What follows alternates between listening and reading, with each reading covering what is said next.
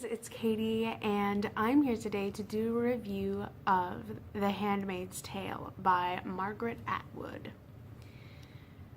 So I just finished it a little while ago, and I figured I'd just do a review of it while it was kind of fresh in my head.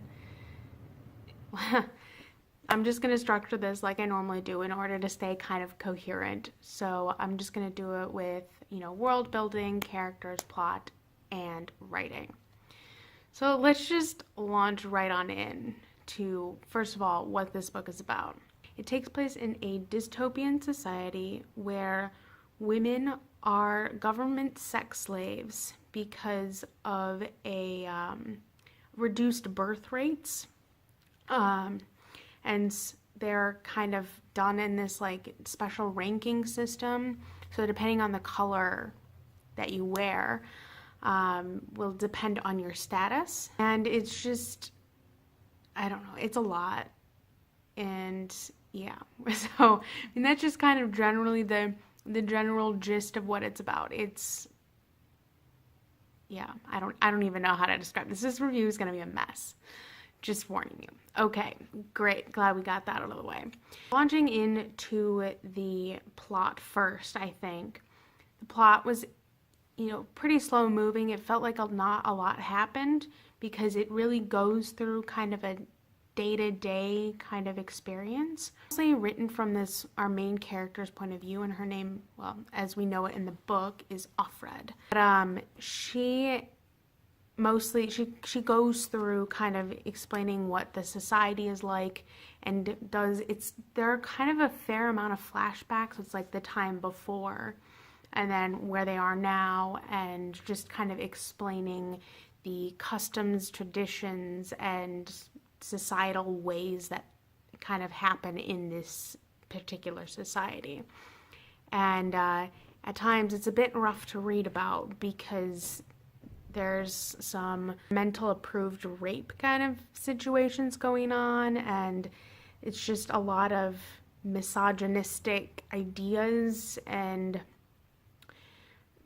it's just very, very difficult to get through at times because of what's in it, and just kind of even seeing our actual world today, just seeing the two of them side by side, it's very jarring, and it's just a lot to handle. So if you pick this up, just be warned that it is incredibly, incredibly triggering for like sexual assault, rape, things like that. Things were like before versus what they're like now, and all the while she's just thinking about how, like, she's trying to find her husband and her child. Like, she is constantly wanting to know what happened to them, but then she's also just kind of being torn between like who she was and who she wants to be and who she is now, and how she has to conform to her societal duties kind of thing.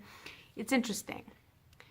But also there are a lot of gaps in the narrative. Like, you don't necessarily understand how it came to be the way that it is, and things like that. Leaves a lot of questions unanswered. So just know that there are quite a few plot holes in the narrative as you're reading. So moving on to the world building next. So the world building is not very vast. It's a dystopian society, but it is a dystopian United States, and it just takes place in this little town called Gilead. And basically what that is it's just this town that was, I guess, created for these particular people, the handmaids and the Marthas and everybody. And the hierarchical structure and just everything was explained pretty well. And I mean, while everything wasn't explained perfectly, I thought it was understandable enough, and that the world building was decent. It wasn't great, but it was all right. And now third, let's move on to the characters. The characters were really interesting. As I said, we mostly follow Offred, And then she interacts with several people throughout the book. We have her very dear friend Moira, who I believe she knew before she was put into this thing, where she's at now, before Gilead. I'm pretty sure she knew Moira from before then, and their friendship is really quite central to the book. And then we have Offred's partner. Her name is of Glenn, and she's a very interesting character because when you first meet her, you're just kind of like, okay, but then as the book goes on, she starts to play a bit of a bigger role, and she becomes a lot more interesting and a lot more integral. And then we have the commander, who is, I guess the way I understand it is each household has a, kind of man of the house, and they are the ones who, I guess, rule the society. They create the rules for the society, and they're allowed to do all of the things, whereas women are very, very restricted in what they can do. Like, they're not allowed to write or read or really do anything except for, like, house things, like getting groceries and being obedient and making children. Like, that is basically what the women's jobs are, whereas the men can do all the things that they want. He is a very interesting character in a lot of ways. I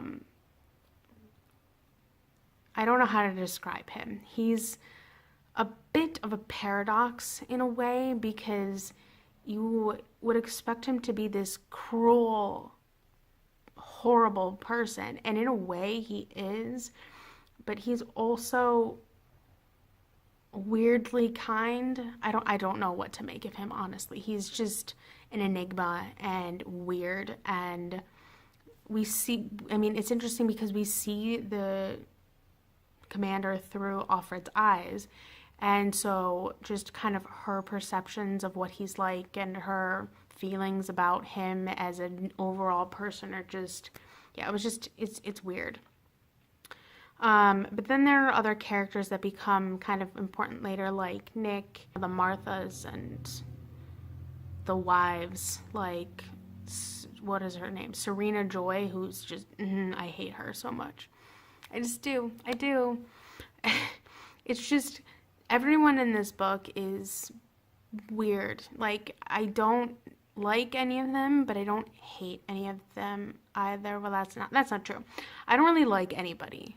I don't really like anybody from this book. There were some people I felt more sympathetic for than others, and there were some people that I thought were really intriguing and held my interest, but I didn't love anybody except for maybe our protagonist, the one who was telling the story. I don't know. It was weird. Normally, I am very much into character-centric books, and like this was in a way, but it also wasn't. It was very much a world-centric book, if that makes sense. It's not plot-centric, but it's like the society and the world that was created was the thing that really kept me interested and held my interest the most. I don't know. It's weird. Okay, glad we established that. But the characters were fleshed out well, and the relationships were explored at length, and it made it really enjoyable. So I really actually kind of liked the characters, even though I didn't like the characters, if that makes sense.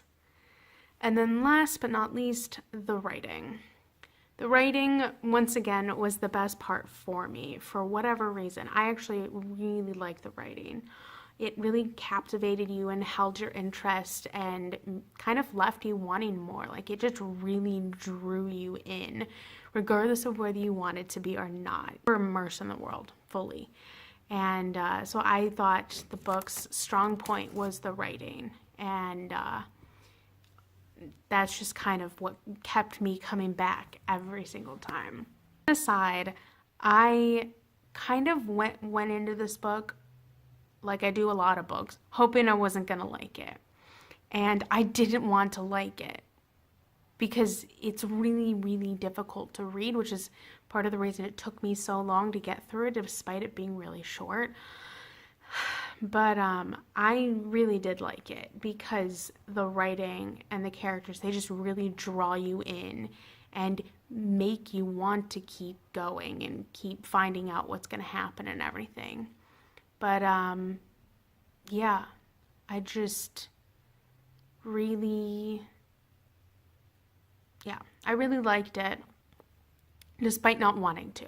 Let's put it that way. As I said, I have very, very mixed feelings about this.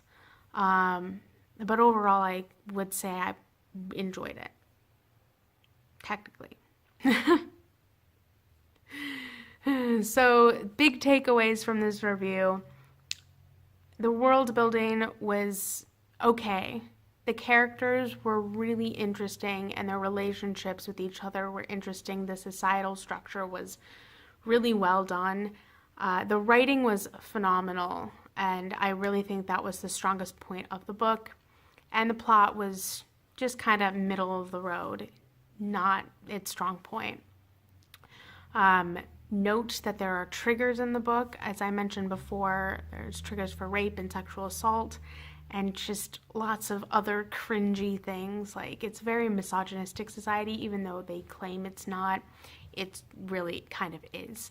Knowing that it's a rough book to get through, take your time with it, take care of yourself as you read it, and let me know down below if you guys have read it and your thoughts on it, because I feel like this is a book that needs to be discussed and talked about. You can't just sit with it, you need to talk about it. At least that's my personal opinion. But yeah. Otherwise, that's about all I've got for you today. So, as always, feel free to like, subscribe, comment, and follow me on social media. I have a Twitter and a Goodreads, which the links are always linked below. And I have other social media sites upon request if you'd like. And I will come back with another video for you guys again soon. Okay, bye.